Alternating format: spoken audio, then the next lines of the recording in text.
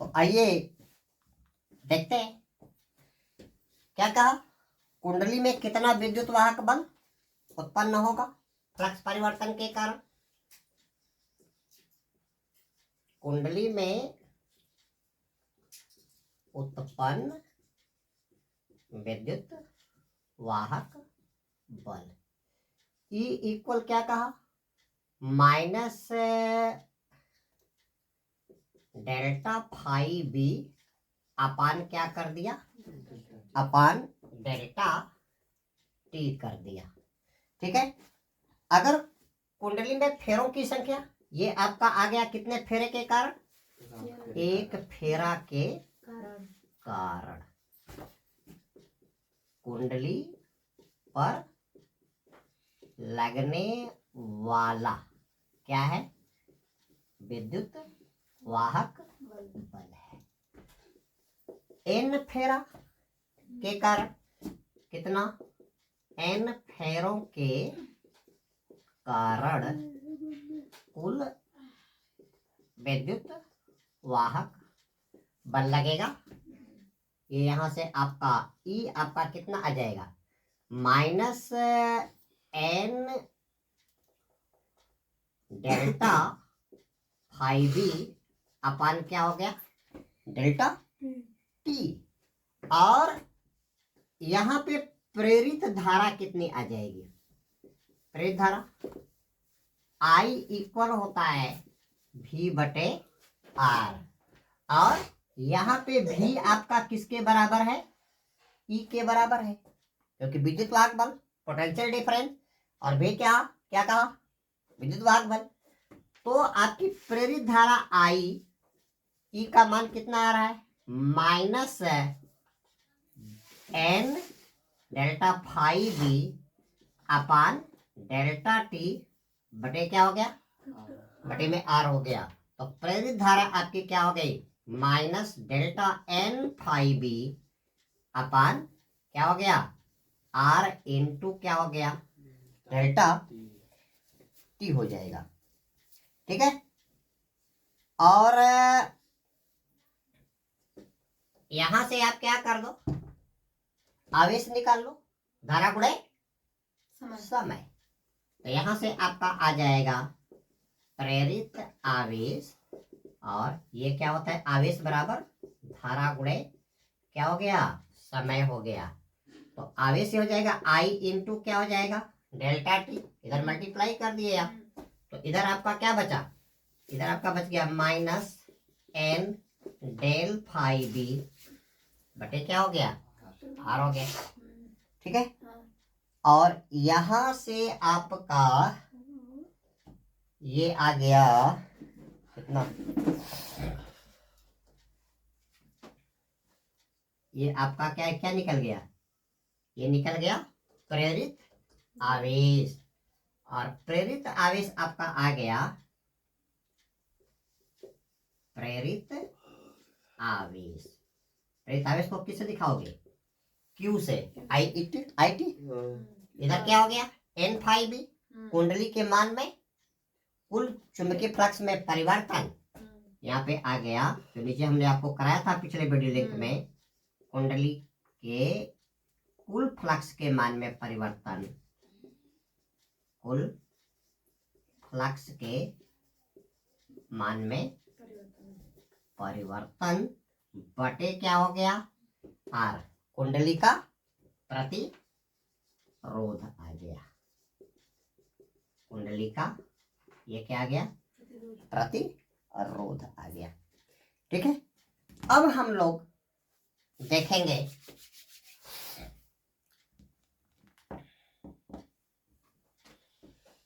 Fleming के बाएं हाथ का नियम। इसमें भी फ्लेमिंग का नियम है। हाँ हाँ हाँ हाँ, धारा की दिशा नहीं देखोगी, प्रेरित धारा की दिशा, फ्लेमिंग के बाएं हाथ का नियम। अब क्या करोगे, बायां हाथ, देखिए इस तरह से फैला दो, अंगूठा और पहली अंगुली के बीच में 90 डिग्री, इसके बीच में 90 डिग्री, इसके बीच में 90 डिग्री। ठीक है, ये नीचे अंगुली जा रही है, ये क्या हो गई, आई धारा हो गई। ठीक है, ये वाली अंगुली क्या करेगी, ये आपकी चुंबकीय क्षेत्र, तो ये क्या करेगा, चालक की गति हो जाएगी। तो क्या कहा, फ्लेमिंग के दाएं हाथ का नियम है, 1 मिनट, बाएं दाएं हाथ का नियम, वही बात है। इसको इस तरह से घुमा दो, तो पहली अंगुली क्या, धारा, दूसरी अंगुली क्या हो गई, चुंबकीय क्षेत्र की दिशा, तो ये क्या हो जाएगी, चालक की गति, यानी चालक में धारा की दिशा। क्या कहा, यदि हम अपने दाहिने हाथ की 3 अंगुलियां, कौन, एक अंगूठा, फिर तर्जनी और मध्यमा, अंगूठा, तर्जनी और मध्यमा को इस प्रकार फैलाएं कि तीनों अंगुलियां एक दूसरे के क्या रहे, लंबवत, एक दूसरे के क्या रहे, लंबवत रहे। तो क्या हो रहा है, ये वाली अंगूठे के पास वाली अंगुली ये चुंबकीय क्षेत्र की दिशा दिखाएगी। ठीक है, तो अंगूठे के पास की तर्जनी अंगुली क्या दिखाएगी, चुंबकीय क्षेत्र की दिशा। मध्यमा अंगुली क्या दिखाएगी, मध्यमा अंगुली धारा के प्रवाह की क्या दिखाएगी, दिशा दिखाएगी, तथा अंगूठा क्या दिखाएगा, चालक की गति को क्या करेगा, व्यक्त करता है। ठीक है, करा यदि किसी चालक तार को चुंबकीय क्षेत्र में गतिशील किया जाए, अभी आप चुंबक को ले आ रहे थे, जरा सा उल्टा आप सोचो, ये यहाँ पे एक मैग्नेट, ये इसका नॉर्थ पोल, इसका साउथ पोल, ध्यान दीजिएगा, ये यहां से क्या निकल रही है, चुंबकीय बल रेखा। आराम से समझेंगे, एकदम आराम से समझ में आएगा, चुंबकीय बल रेखा, ये क्या की नॉर्थ पोल से क्या कर रही है, निकल रही है, साउथ पोल में क्या कर रही है, एंटर कर रही है। नॉर्थ पोल से क्या कर रही है, निकल रही है, साउथ पोल में क्या कर रही है, एंटर कर रही है। आगे जा करके इसकी डायरेक्शन क्या हो जाती है, इस तरह की हो जाती है। यहाँ पे 2 पॉइंट आपके क्या मिलते हैं, उदासीन बिंदु मिलते हैं, जहां पे चुंबक के कारण चुंबकीय क्षेत्र की तीव्रता पृथ्वी रूपी चुंबक के चुंबकीय क्षेत्र की तीव्रता के क्या हो जाएगी, बराबर हो जाएगी।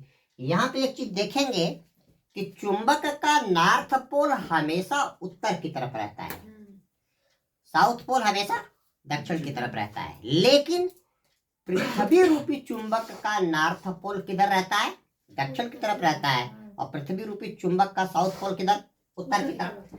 अगर यहाँ पे आप अर्थ ले लो, और अर्थ का अगर ये चुंबक का नॉर्थ पोल है, तो यहाँ पे अर्थ का कौन सा पोल हो जाएगा, साउथ पोल। इनकी क्या होगी, ध्रुव सामर्थ्य अलग अलग होगी।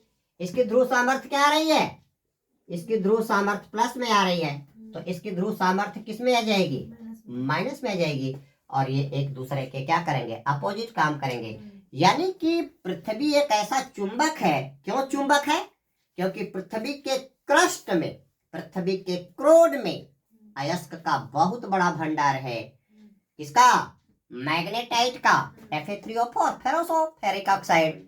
और इसीलिए यदि किसी लोहे की चीज को आप क्या करते हो, धरती के अंदर यदि गाड़ देते हो, तो कुछ दिनों के बाद उस लोहे के टुकड़े के अंदर क्या चुंबकीय प्रॉपर्टी आ जाती है। जैसा कि चैप्टर आप लोगों का कट गया, नहीं तो पृथ्वी का चुंबकत्व जब आप पढ़े होते तो काफी डिटेल आपको पता चलता। तो अब यहां से हम कहना क्या चाह रहे हैं, चुंबक को हमने क्या कर दिया, स्थिर कर दिया। अभी तो हम फैराडे के प्रयोग में क्या कर रहे थे, चुंबक को स्थिर करके, कुंडली को स्थिर करके, चालक तार को स्थिर करके चुंबक को पास ला रहे थे। अब हमने क्या किया, इस चुंबक को स्थिर कर दिया। ध्यान देना, अब क्या कर रहे हैं, यहां से हमने एक क्या ले लिया, एक ले लिया कुंडली। अब इस कुंडली को आप क्या कर रहे हो, चुंबक से, अभी कुंडली यहाँ पे है तो फ्लक्स रेखा कितनी गुजरी, खाली एक ठो। लेकिन जैसे ही ये कुंडली आपकी क्या करेगी, इसको इधर ले आओगे तो कुंडली का प्रारूप आपका क्या हो गया, ये हो गया। अब इस कुंडली से फ्लक्स रेखाओं की संख्या में क्या हो गया, बदलाव हो गया। देख रहे हो, अधिक बल रेखाएं गुजर रही हैं। इसका मतलब कि कुंडली के एकांक क्षेत्रफल से गुजरने वाली फ्लक्स रेखाओं की संख्या में क्या आया, बदलाव आया। अब एकांक क्षेत्रफल से तो कुल क्षेत्रफल से कितना गुजरेगा, 5b। आपने क्या निकाला था, 5b की वैल्यू क्या थी, b vector dot a vector, यानी चुंबकीय क्षेत्र की तीव्रता और गुणे कुंडली का क्रॉस सेक्शनल एरिया। तो अब यहाँ पे देखो, धारा दो कारणों से उत्पन्न हो सकती है, या तो कुंडली को स्थिर रखो, चुंबक को पास ले आओ या दूर ले जाओ, तब भी चुंबकीय फ्लक्स के मार्ग में क्या आएगा, बदलाव आएगा। या चुंबक को स्थिर करके कुंडली को क्या करो, आप पास ले आओ या दूर ले आओ। अब एक बात समझना, ये एक चुंबक है जिसका नॉर्थ पोल है